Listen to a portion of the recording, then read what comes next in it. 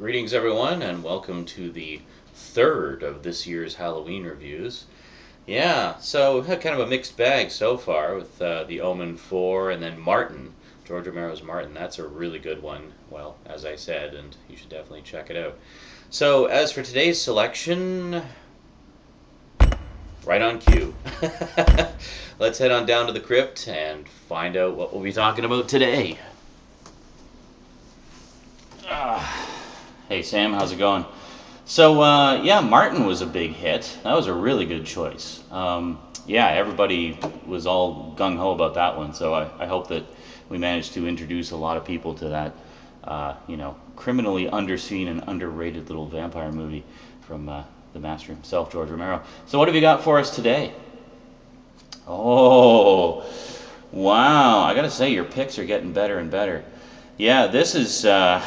This is a well-established classic. This is definitely not underrated or underseen or underappreciated.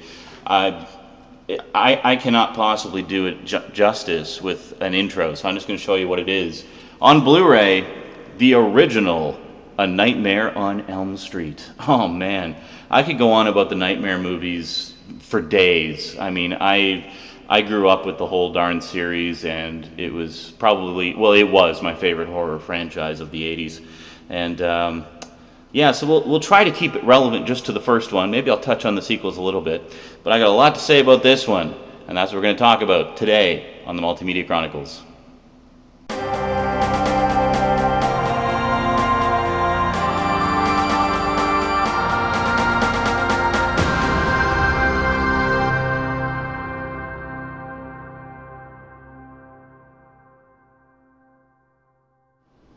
Welcome back.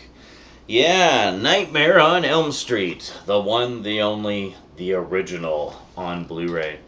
I really don't know what I can say about the film that hasn't been said a million times before. I will tell you a little bit about my first experiences watching the film. How's that? Well, I first saw Nightmare on Elm Street, I guess, when it was fairly new. I remember seeing the trailers for it on the pay TV station that my parents subscribed to at the time. I think it was First Choice or Super Channel, or possibly First Choice Super Channel. I can't remember. I think they were still separate at that point. Anyway, it would have been, I guess, 1985, the year after the film was in theaters. And I saw the trailer for it, and I thought it looked really scary. So, my mom knew I liked scary movies, so she taped it, and we watched it. And it scared the crap out of me. How old would I be? I would have been about 13 at the time that I first saw it. My mom hated it because, being a mom, she hates anything to do with child killers. But I really liked it because of the whole thing with dreams and blurred reality and stuff like that. I just thought it was a really interesting concept. And I really enjoyed, the various nightmare sequences and stuff like that. And that's why I enjoyed the series as a whole was, yeah, granted, a lot of the sequels aren't particularly scary, but they have some really creative dream and nightmare sequences, and that's, I think, why a lot of us kept coming back for more. And Freddy himself is just such an entertaining character. Even though he became very much more comedy than horror over the course of the series. So, but that's not even the funniest part. It's like, okay, a friend of mine, my good friend David Ball, who you may have heard me mention in some of my older movies and stuff. We did the breakdance film together and things like that, and some other stuff. But he was like my best friend growing up. And anyway, he came over for a sleepover. And I said, "Yeah, have you seen A Nightmare on Elm Street?" And he's like, "No." And it's like, "Okay, well, we gotta watch it. It's like it's so good, it's so scary, and stuff like that." So we're watching it, and he's freaking out and stuff. And at one point, I decided to go and get us some snacks. So I went up to the kitchen to get some snacks. And the point where it was in the film, if you've seen the film, you know what I'm talking about, is the point where Nancy is in the tub, just kind of dozing off in the tub. And I won't say anything if you haven't seen it, but you really should have seen it by now. But I won't say it. I won't spoil it for you. Anyway, suffice to say, the tub scene is quite intense. And I come back down with some snacks, and my friend is just kind of sitting on the couch. And I look over, and the movie's turned off.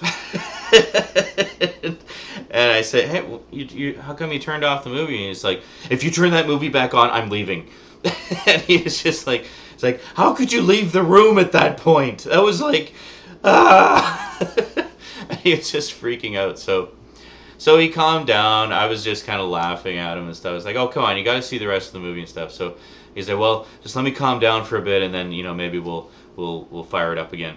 So so eventually he calms down and we put on the rest of the movie and he watched the rest of it. And then from that point on, I'm sure he remembers this if he's out there watching somewhere.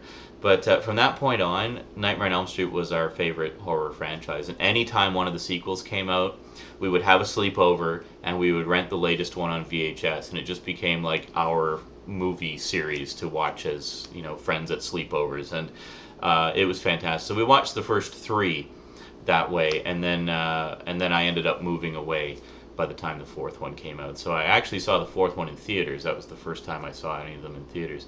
And then I think the subsequent ones I saw on home video. I just bought them as they came out, because that was when I started to get into collecting. So there you go, sort of a little history of how I discovered the Nightmare on Elm Street movies and stuff like that. But I mean, without question, the first one is a terrifying, terrifying film.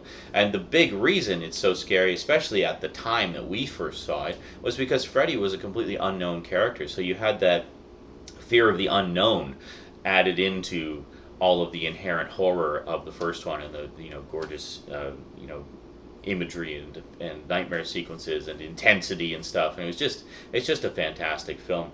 So if you're going to get it on Blu-ray, this is the edition to get. But in terms of extras, I need to say something about this. This Blu-ray edition, first off, has a gorgeous transfer. It's just absolutely beautiful. It's the most beautiful I have seen it look since the old Elite Entertainment Laserdisc edition. And but in terms of extras, it's kind of light. Yeah, it does have more extras than the previous Blu-ray release, which, by the way, you should avoid like the plague. I'll even give you a picture of it. If you ever see this edition on the shelf, don't buy it. That's the inferior Nightmare on Elm Street version. If you own this edition, sell it and put the money towards getting this edition. Seriously, it's a night and day difference. First off, the other edition is bare bones. Second off, there's transfer problems galore. It just looks like crap, absolute crap, compared to this one. Now, I did hear that there was some audio sync issues in this edition, but I have not sat down and watched the entire film just because I've seen it so many times. But and I wanted to watch new stuff throughout most of the Halloween. But I did skim through it just to get a feel for how the transfer quality was and stuff like that. I watched a few favorite scenes, and I didn't see any problems. So I don't know if it was just something pertaining to specific people's players or what the issue was, but I saw no issues with audio sync whatsoever, and it looked fantastic. Okay, but in terms of extras, let's see what you got on here. You have Freddy focus points. See alternate takes and learn filmmaking secrets behind the nightmare by jumping to video highlights while watching the movie. I hate it when they do that. It's like, can you just put the extras in an extras section? Why do I have to watch them during the movie? Now, I notice a lot of Blu-rays and DVDs as well will do something like that, where they'll give you the option of watching them during the movie or just watching the featurettes on their own. But in this case, they've incorporated them in there. So as I have not watched the movie all the way through with all the extras activated, I don't know how much stuff is there. In terms of extras you can access independently from the special features menu, you have two commentaries, one with director Wes Craven, co-stars Heather Langenkamp and John Saxon, and cinematographer Jacques Heitkin.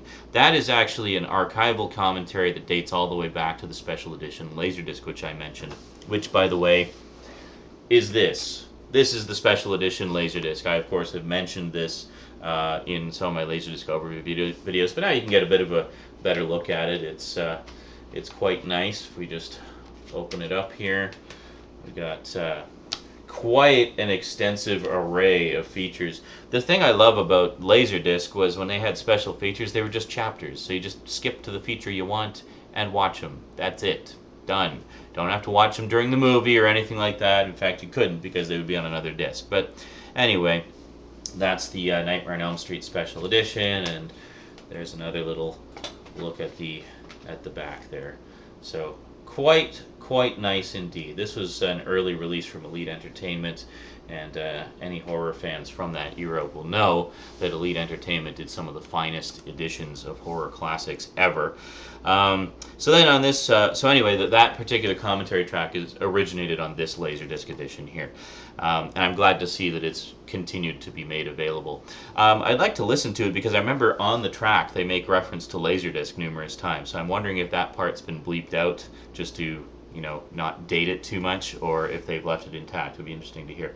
Then you have a second commentary track, which I believe originates from the Infinifilm DVD edition.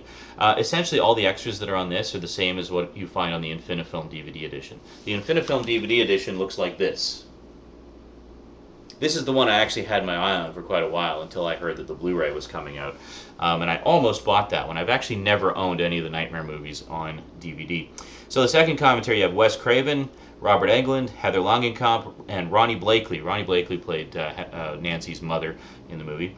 And you also have producer Robert Shea and co-producer Sarah Risher. So very good. I have not listened to that commentary yet, but that's definitely pretty much all the heavy hitters from the movie right there. So very cool. I'm definitely looking forward to checking that out. Then you have alternate endings. I think there's one more alternate ending than what appears on the Laserdisc, so I guess they discovered another one, which is pretty cool. So you've got like 3 or 4 alternate endings on there. You got 3 featurettes: The House That Freddy Built, The Legacy of New Line Horror, Never Sleep Again, The Making of a Nightmare on Elm Street, and Night Terrors, The Origins of Wes Craven's Nightmares, and an interactive trivia track. So that's pretty cool. I mean, you got a pretty well-rounded selection of extras there. I should mention in terms of extras, again, it appears, I don't know specifically which extras have been incorporated into the movie in that like Infinifilm style feature. So I'm kind of wondering, is that the same Freddy picture? Pretty close. I didn't even notice that before. The silhouette is almost exactly the same on both editions. That's kind of like, it's like the mini-me version of the old Laserdisc. That's kind of cool. Anyway, I know that there is the old DVD box set, which contains Nightmares 1 through 7 and an 8th disc of bonus features. And that, of course, looks like this. There you go. That's the Nightmare collection that came out. I think it was released in 1999, so that's going like way back to the dawn of DVD. But it for the longest time that was considered the definitive Nightmare on Elm Street collection. The 8th disc is full of extras pertaining to most of the movies and has a lot of stuff that had never been released before, and to my knowledge has never been released since. So worth picking up for the extras, I think. The only issue I have with the extras is, just as I have an issue with this, with extras being incorporated into the running of the film, on the bonus disc of that set, they've done it all as an interactive game, like a labyrinth game. So you have to navigate this labyrinth in order to find the extras. It's like, oh, stop doing that. Just, Laserdisc, just go to the chapter and watch the damn extra. Like, why do they have to make everything interactive? Like, we don't always, at least, again, give us the freaking options. Like, do you want to play a ridiculously frustrating labyrinth game in the hopes that maybe you'll find all the extras on the disc? Or do you just want to watch all the extras? Yeah, well, savvy people who know how to rip DVDs, I'm sure, could just find the video clips in there and make their own little playlist of them that's easily watchable. So, anyway, yeah, so it looks like if you want absolutely everything that has ever been made available ever, you need the DVD collection, you need the Blu-ray or the Infinifilm DVD and the Laserdisc, and then you'll have everything. Although it does look like the new Blu-ray editions are offering a lot of extras that we haven't seen for a very long time, such as, I know there's the new, well, let's throw up a picture since we're doing pictures. There's this one that's coming out very shortly, and it may already be out by the time you see this, I don't know. But this is a DVD, a Blu-ray of Nightmares 2 and 3. I know in Region 2 they're getting a box set of all 7 of them with a whole bunch of new extras, so maybe you want to get that as well on Blu-ray. But no word on if it's going to be region locked or not. And then this version has basically Nightmares 2 and 3 crammed onto a single disc, apparently. And it has a few extras on there. Like, I know most notable, the one that stood out to me was it has the Dream Warriors music video, which is great. Love that one.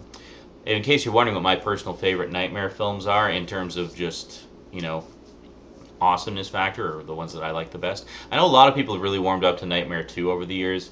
I was never a big fan of it, and I'm still not a big fan of it. I think it has some nice little moments. You still do have Freddy all dark and scary in that one, which is definitely a plus.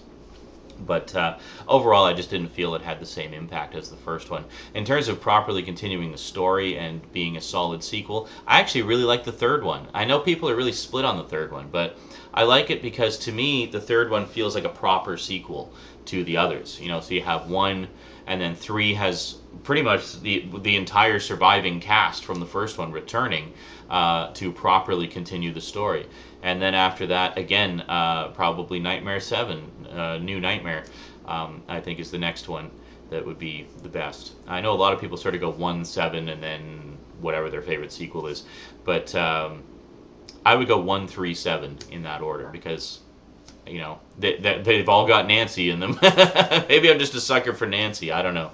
But, yeah, great stuff. Really love the Nightmare movies. And, yeah, the reason I didn't get them on DVD is because I actually used to own all 7 of them on Laserdisc and had seen them in fairly recent years. So I really, and because I'd seen them so many, I used to own most of them on VHS, and because I just hadn't, you know, I'd seen them so many times and was so intimately familiar with them, I wanted to sort of dive into other horror stuff that I hadn't experienced yet, and I figured, well, I'll get Nightmare back into the collection eventually, and of course now that we have the Blu-rays coming out, I will be picking those up as they come out. So I will definitely be picking up the Nightmare 2 and 3 disc when it comes out.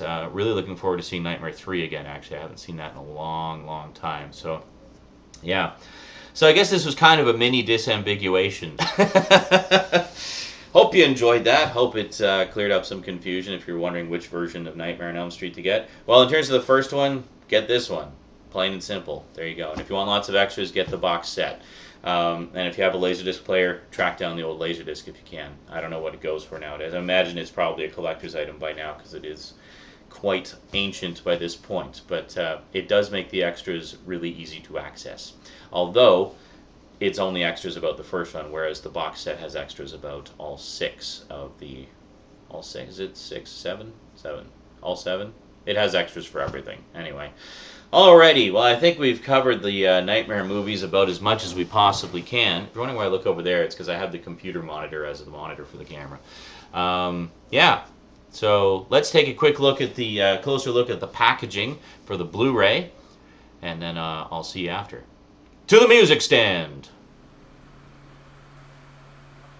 A Nightmare on Elm Street on Blu-ray. There we go. So, quite nice, just a fairly minimalistic design here. Big blood splatter with Freddy in shadow there. Or pardon me, in the first one he's actually just called Fred Krueger. He become known as Freddy until the second one.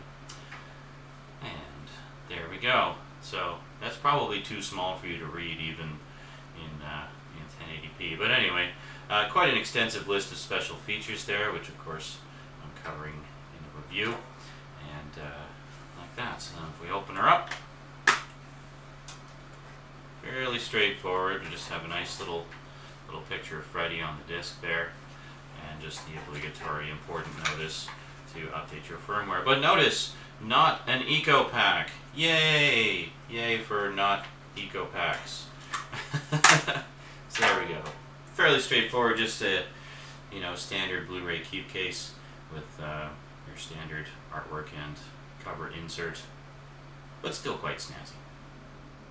And there you go. Nothing fancy, but it works. Pretty straightforward. Alrighty, well, I think we've crammed as much Nightmare on Elm Street into this video as we possibly can without turning it into a series of videos. So let's call it a day for now, and we'll talk about something else next time. So until then, thanks for watching, and sayonara.